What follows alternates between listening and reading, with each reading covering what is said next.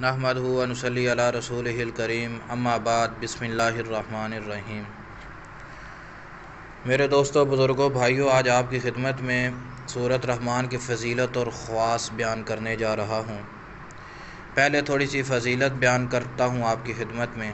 حضرت علی رضی اللہ تعالی عنہ سے مرفوع مروی ہے کہ واسطے ہر چیز کے دلہن یعنی زینت ہے۔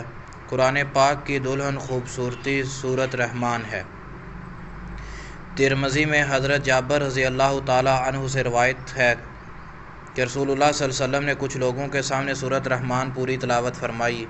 یہ لوگ سن کر خاموش رہے تو رسول اللہ صلی اللہ علیہ وسلم نے فرمایا، میں نے لیلۃ الجن میں جنات کے سامنے یہ سورت تلاوت کی تو اثر قبول کرنے کے اعتبار سے وہ تم سے بہتر ہے، کیونکہ جب میں نے قرآن کی اس جملے پر پہنچاتا تھا یعنی کہ فَبِأَيِّ آلَاءِ رَبِّكُمَا تُكَذِّبَانِ، تو جنات سب کے سب بول اٹھتے تھے،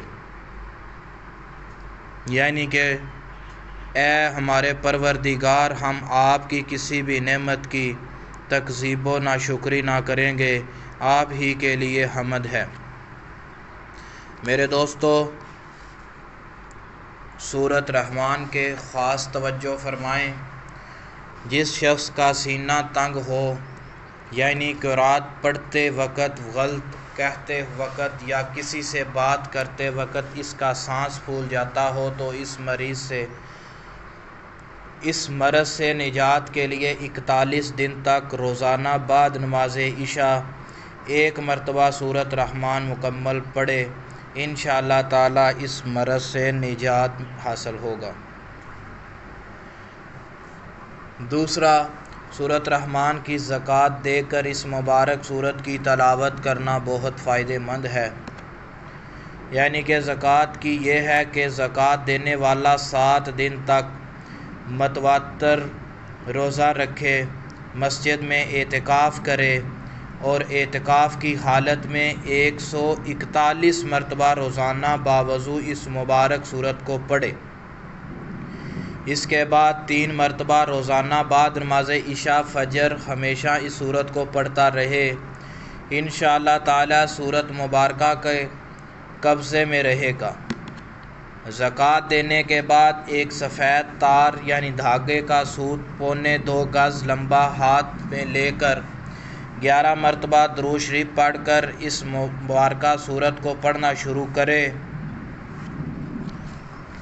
جس وقت فَبِأَيِّ آلَاءِ رَبِّكُمَا تُكَذِّبَانِ پر پہنچے تو ایک گرہ لگائے۔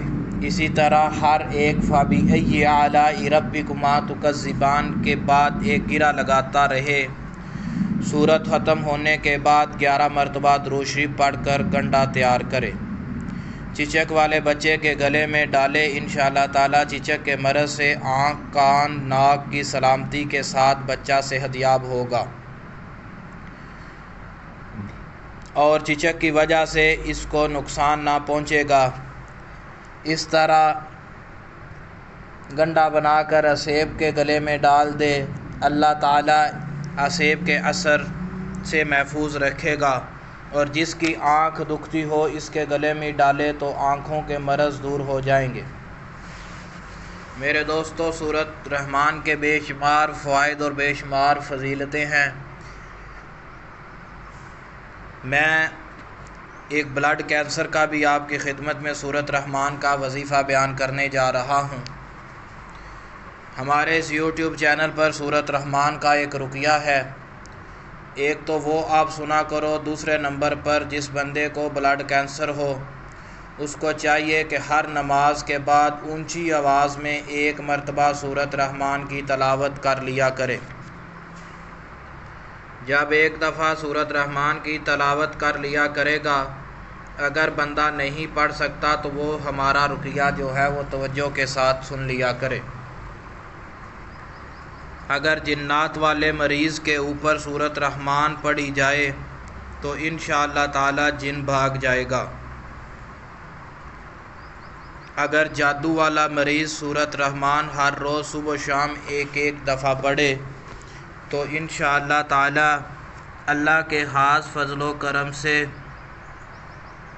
جادو ختم ہو جائے گا۔